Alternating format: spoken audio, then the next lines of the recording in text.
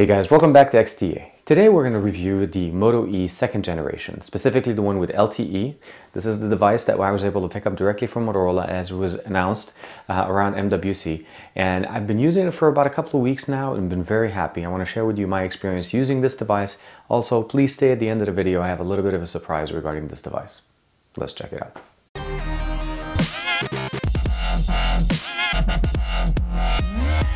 One of the things I wanted to actually do this time, which was a little different than doing any of my other reviews for devices here on XDA, is I did a few focus videos on this device on my channel, a speaker, a camera, and specific unboxing and kind of an overview.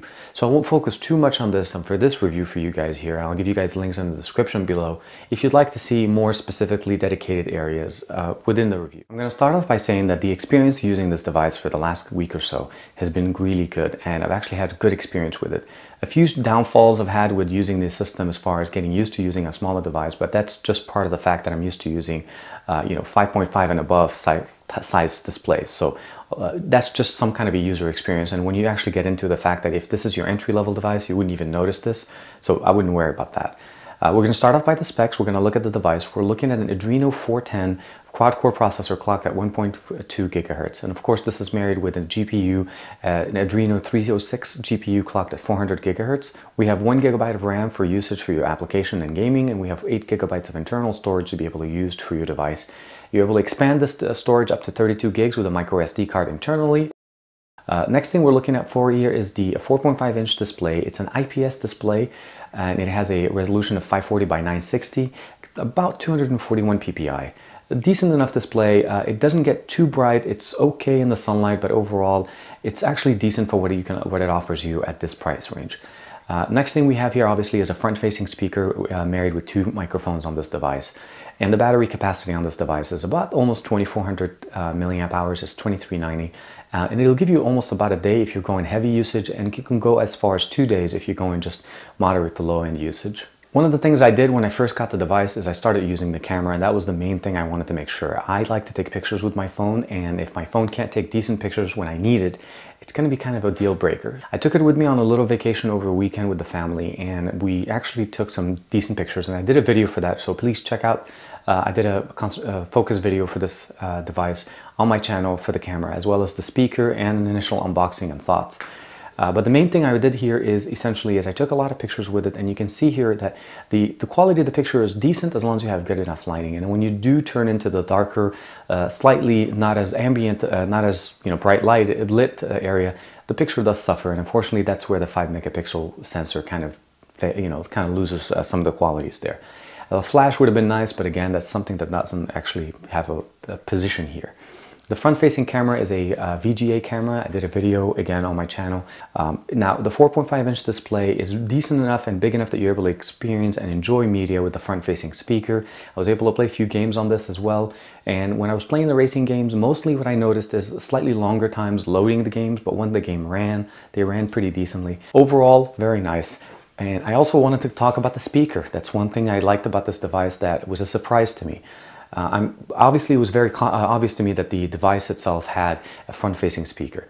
But what I didn't expect from it is the ability that it was able to pump out a lot of good quality sound at a high level, almost 80 decibels out of this device by playing just regular music. And it's decent enough and it's loud enough that you're able to listen to a conversation if you're doing a speakerphone conversation in the car.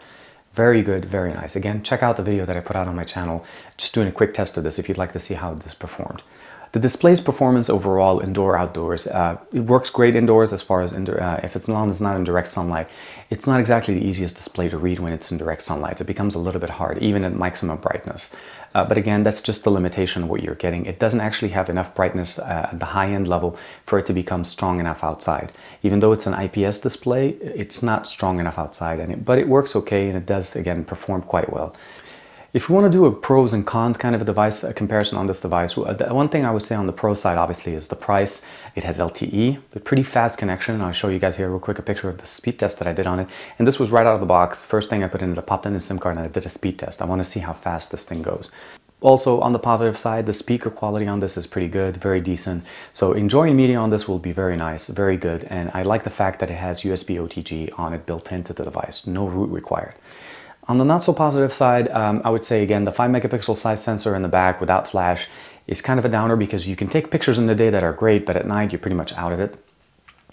You also have the obviously limitation of 32 gigs as far as the expandable storage. You cannot put anything 64 gig related.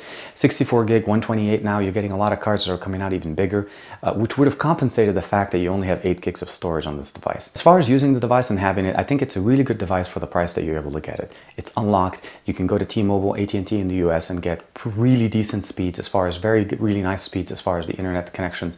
And it kind of compensates for the fact that you have limited storage on the device, because you're able to load things and just stream things so easily on this device. But you can expand the storage up to 32 gigs with a micro SD card, or even a USB OTG plug at the bottom. Last thing I want to mention on this device is that you can get it cheaper than $150 if you go through a carrier. There are a few carriers that are advertising it for $99. That's even better. But again, that will be under a contract. This is the unlocked version. I'm going to be doing for you guys a video to do some mods on this device and show you guys obviously how to install Expose, get some things set up on it, and so on. But one thing I want to make sure you guys are aware of, that as soon as I'm done with that, I will be doing a giveaway on my channel for this device to one of you guys. And also in conjunction with the Expose Installer Framework group on Google+.